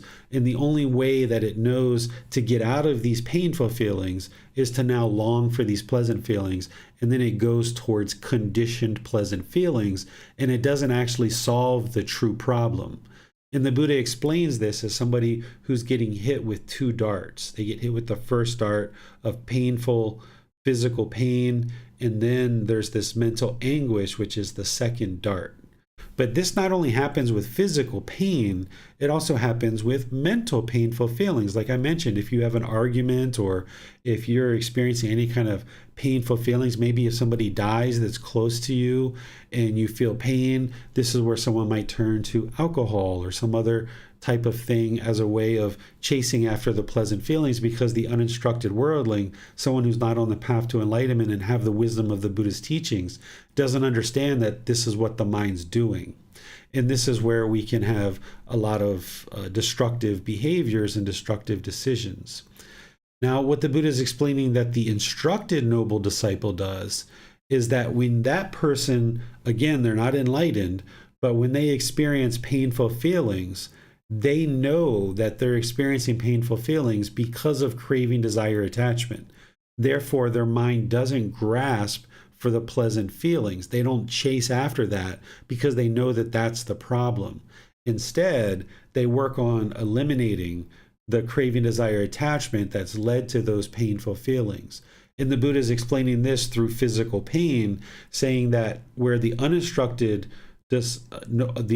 worldling has this physical pain that gets experienced by this first dart, then they experience this mental anguish because of the craving for pleasant feelings. It intensifies the pain because the mind is now craving pleasant feelings. So when you experience that physical pain as an uninstructed worldling, then the mind's grasping for these pleasant feelings, and there's this mental anguish that arises in the mind, intensifying the pain and having even more painful feelings.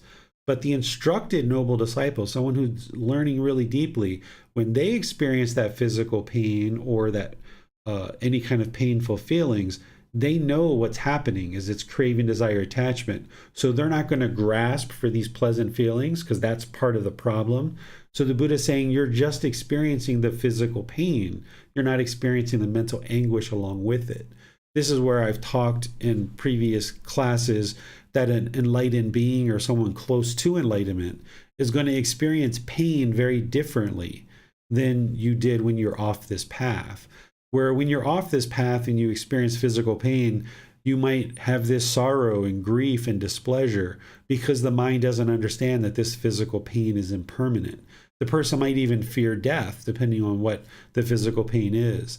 But for someone who's deeply trained in these teachings and their mind is getting closer and closer to liberation, when they're experiencing physical pain, they know that it's impermanent. And they know that allowing the mind to grasp for these pleasant feelings doesn't actually solve the problem. It actually makes the problem worse. So that person is going to just observe the physical pain, know that it's there, but it's going to be very muted comparative to where that person would have experienced that same experience before they learned the teachings. So you have this different relationship with something like physical pain when your mind is more trained, and you'll see that the physical pain won't be as intense.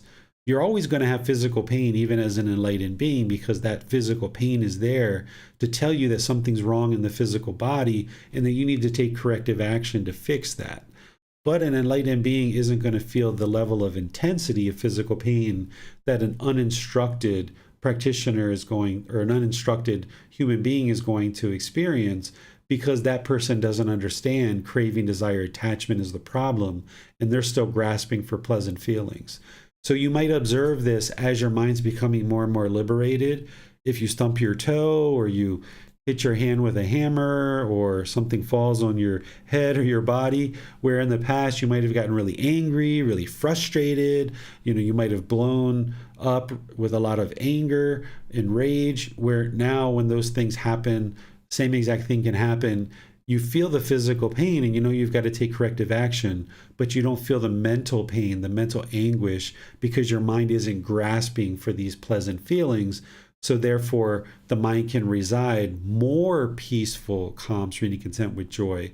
But it's not 100% peaceful, calm, serene, content with joy, because in this particular description and discourse, this individual isn't enlightened that the Buddha's talking about. But as an enlightened being, even if you fall down and hurt yourself, you can be practicing such that the mind is peaceful, calm, serene, content with joy, no matter what type of physical pain that you experience. You're not joyful because of the physical pain. You're joyful despite it, because you understand and acknowledge that it's impermanent and you don't allow it to shake up the mind. That's the part about physical pain. But where you can also use this teaching is that as you're making your way to enlightenment and you're still experiencing painful feelings, you're going to observe that your mind is going to want to grasp for these pleasant feelings. And you've got to cut that off and let that go. That as soon as you're experiencing the painful feelings, you might be sitting with pain, you might be having a breakup in a relationship, maybe your car got in an accident, maybe you got some bad news from a family member or something like this, and you feel this painful feelings arise.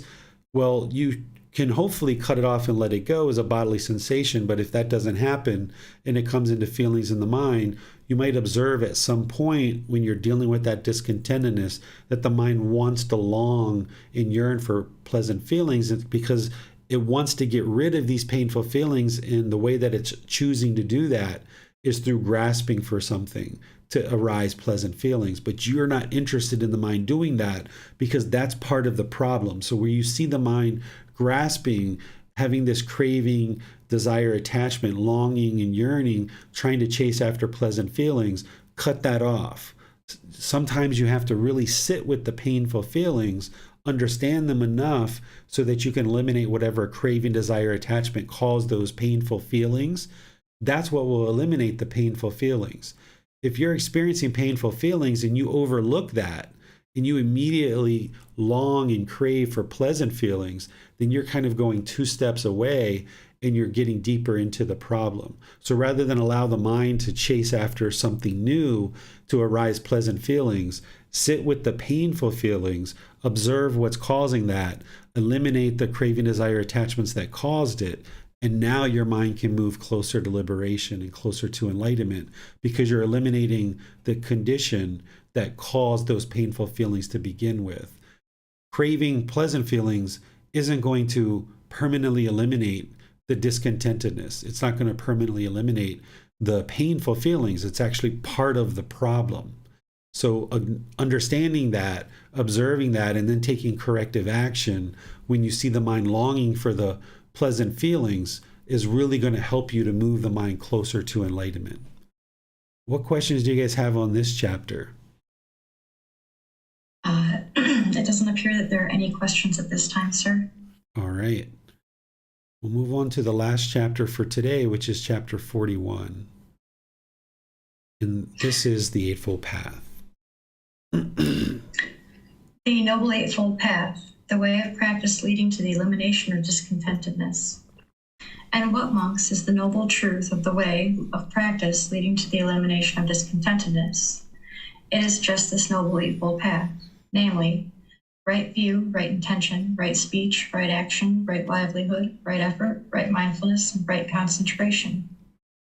And what, monks, is right view? It is, monks, the wisdom of discontentedness, the wisdom of the cause of discontentedness, the wisdom of the elimination of discontentedness, and the wisdom of the way of practice leading to the elimination of discontentedness. This is called right view. And what, monks, is right intention? The intention of renunciation, the intention of non-ill will, the intention of harmlessness. This, monks, is called right intention. And what, monks, is right speech? Refraining from lying, refraining from slander, refraining from harsh speech, refraining from frivolous speech. This is called right speech. And what, monks, is right action? Refraining from taking life, refraining from taking what is not given, refraining from sexual misconduct. This is called right action. And what, monks, is right livelihood?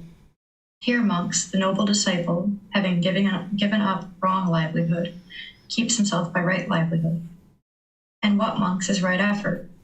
Here, monks, a monk rouses his will, makes an effort, stirs up energy, exerts his mind, and strives to prevent the arising of unarisen, evil, unwholesome mental states.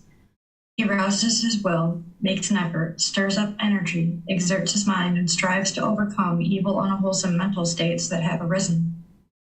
He rouses his will, makes an effort, stirs up energy, exerts his mind, and strives to produce unarisen, wholesome mental states.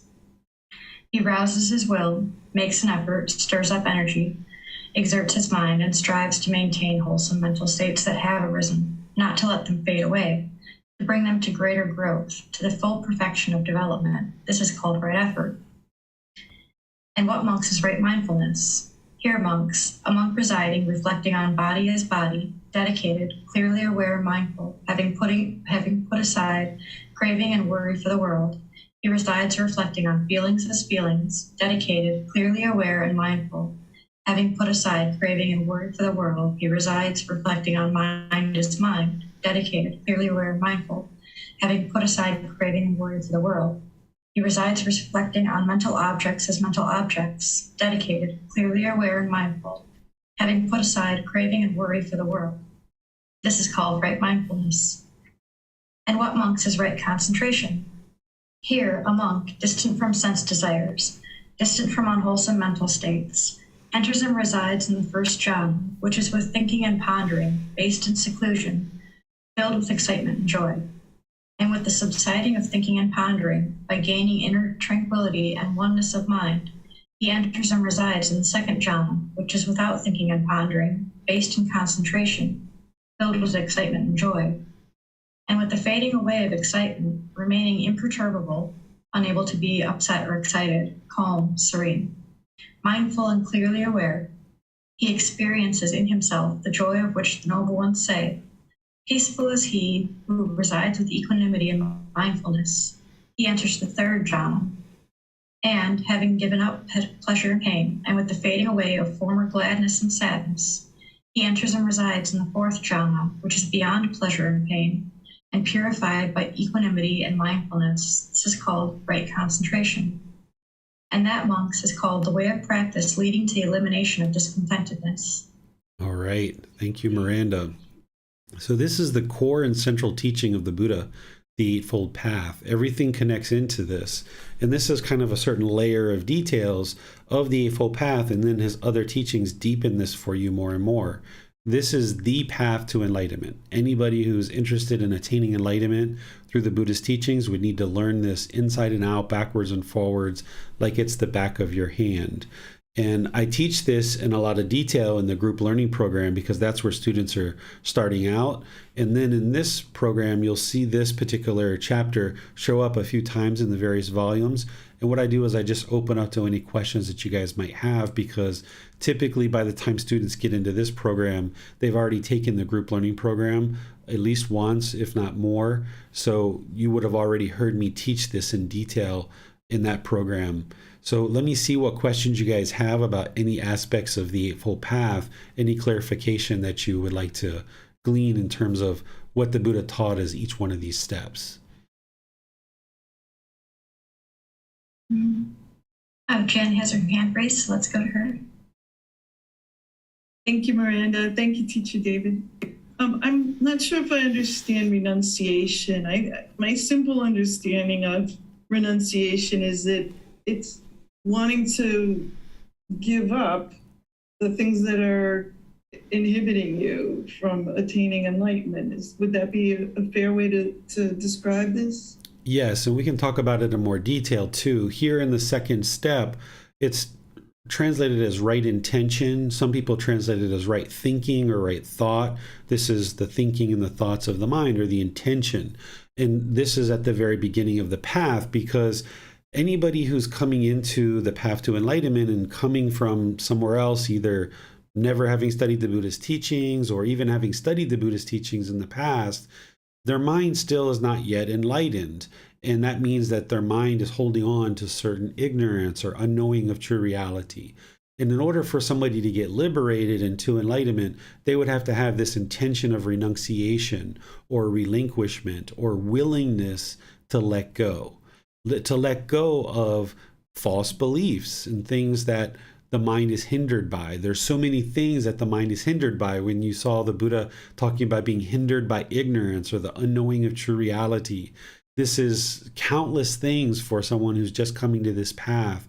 So if you entered into this path with the intention of holding on to things, and everything I know is the truth, and I'm just, learning this to try to confirm that what I know is already the truth, that person's not going to get to liberation, because the reason why their mind's experiencing discontentedness is because their mind is holding on. And that's part of that craving, desire, attachment. So we need to have this intention or this thinking or this thought, this willingness to let go, or renunciation or relinquishment.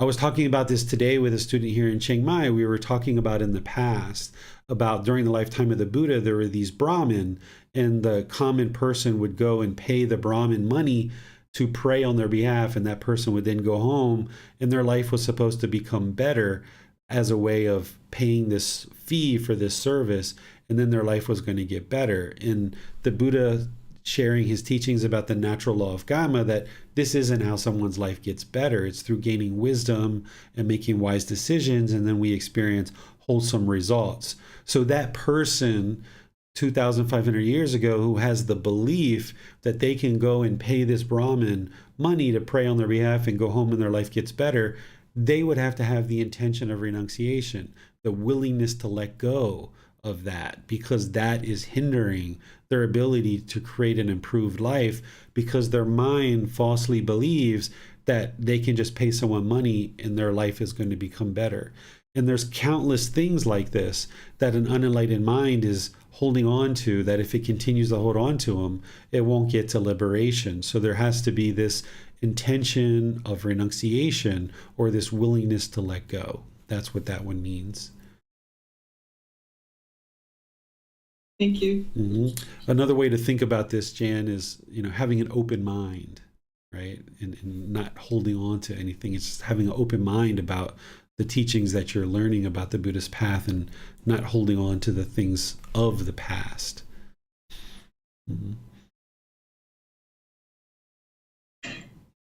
It doesn't appear there are any more questions right now, sir. All right. Well, that's the last chapter for this particular book. We're going to be moving into the next book, which is Volume 9, which you can download from our website, or you can order it online, or you can take it and go get it printed if you'd like with the file that you download. So you can go to buddhadailywisdom.com and click on the button to download Volume 9, and we're going to focus on chapters 1 through 10 next week. This is the volume related to the 6 sense bases. This is where you're going to deeply understand central desire. in how the mind longs through these six sense spaces. This is a really big, important one in order to get to liberation, that without understanding of the six sense spaces and what's causing these discontent feelings to arise through longing and yearning through these six sense spaces, you wouldn't be able to actually get to liberation. So here you're going to get to learn that as part of Volume 9 as we explore all the way through all the chapters, but for next week it's just going to be chapters 1 through 10. Tomorrow in the group learning program, we're going to be in part 2 of our 3-part series. Our 3-part series is about the Eightfold Path. We're diving into each section of the Eightfold Path separately so that we can penetrate into the teachings of the Buddha. So last week we did the first part of that 3-part series, which is all around wisdom, which is right view and right intention. Tomorrow we're going to be discussing right speech, right action, and right livelihood. This makes up the moral conduct. And then next Sunday, we're going to be in the mental discipline, which is right effort, right mindfulness, and right concentration. So that last chapter that we read today, I'm going through in detail on Sunday and teaching that piece by piece by piece, so you can learn that live through the class when we teach here in Zoom, or we live stream. It's the exact same time, just tomorrow on Sunday. Or you can watch it on the replay if you can't make the live class. You can watch it through Facebook, YouTube, or listen on our podcast. And then on Wednesday, we're going to be in the second part of our 4-part series on breathing mindfulness meditation. Breathing mindfulness meditation is so important. It's a primary practice in order to eliminate craving, desire, attachment. We've just recently restarted our group learning program, so we're starting from the very beginning and kind of building practitioners up little by little and helping them to build a foundation on this path to enlightenment over a 7-month program. So you're welcome to either learn through the replays and do this in your own pace and as your own independent journey, and reach out for questions through posting in Facebook, through asking questions in online classes, through sending a private message, or scheduling personal guidance sessions. You're welcome to do all of that, because as we progress through this 7-month program, you're going to get this really solid foundation to be able to then bring your practice up closer and closer to this Eightfold Path that's going to eliminate discontentedness. And if you practice in the way that the Buddha teaches, you'll notice this gradual diminishing of discontentedness as the mind is moving closer and closer to enlightenment. Things that once caused anger will create irritation or annoyance, and then eventually that same thing will occur and the mind will just be utterly peaceful, no longer being shaken up by this impermanence, because the craving for permanence has been eliminated for that particular situation. So thank you all for joining today. Thank you for those of you that read chapters. Thank you, Miranda, for moderating. You did an outstanding job. I appreciate all your efforts. I'll see you guys in a future class, either next Saturday or perhaps Sunday and or Wednesday in the group learning program. Have a very lovely rest of your day. We'll see you next time. Sawadee ka.